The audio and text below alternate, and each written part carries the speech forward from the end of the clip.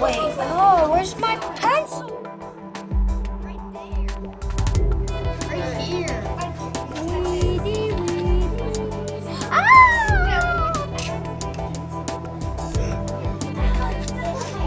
Take a picture of him moving. Wait. Third grade at Woodridge and Cambridge collaborate, as do all the grade levels in elementary. We met as two separate campuses, and we designed lessons for science for the whole year. And then before we taught them, we got together and we did what's called a protocol. Now, do you have blue eyes, green eyes, brown eyes? Go stand in the appropriate spot. What generalization? Protocol is something that you do to present the unit that you've written to the whole staff of teachers, and they get to actually hear your thought process from the very beginning. The most powerful things I find are that just like we ask our kids to work collaboratively, as adults, the same thing applies, and when you put all those brains together, amazing things happen. In the protocol, you present the unit that you designed, and then there's a chance for them to ask clarifying questions, and you answer their questions, and then they offer you feedback.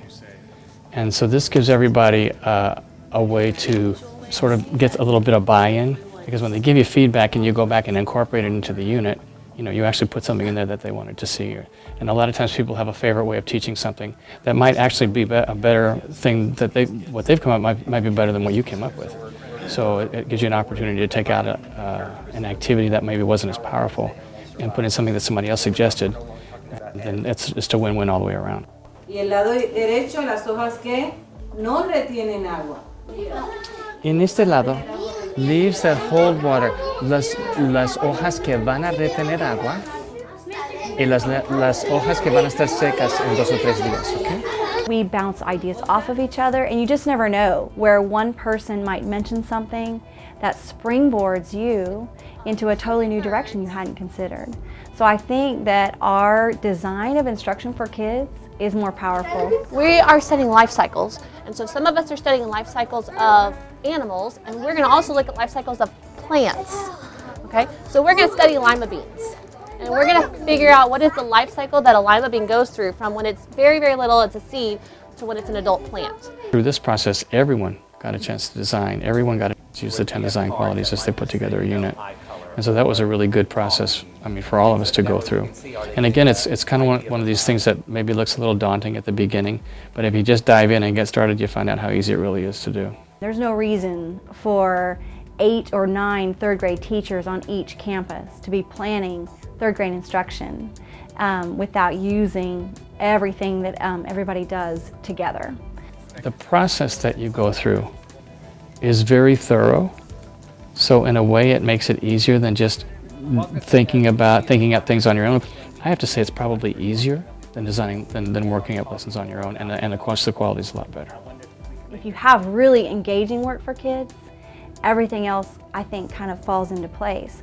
Well, if you're doing that hard work as a teacher of designing work that's engaging, it's so much easier. I would say you almost can't do it on your own, and you need to collaborate with others. Oh my gosh, I think maybe you should have had done this for us. We're making a mess. Okay, science is messy. Yeah, okay, I'll make a mess. There's no science. People think it's a high quality process, and therefore it's got to be better for the kids. So take a seed, and you need to bury them in your soil. Bury it? Uh-huh. Yes, do you have the seed? It is absolutely an ongoing process, but we could get a lot closer to perfection than we are right now, and we need to get a lot closer, I think. Great things happen when we all get together and share, and the work for kids would not have been the same without the collaboration. What else does a seed need in order to grow and thrive? Water. Water. Okay, so we have some water here.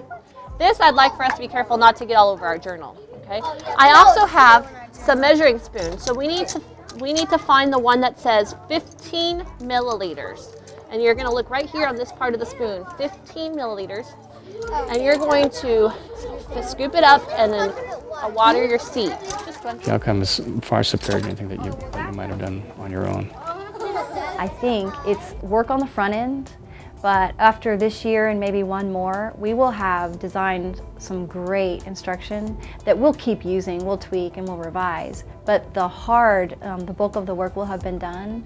And so it's work on the front end for, I think, meaningful learning and really engaged kids that are just going to love what's going on in 3rd grade for years and years to come.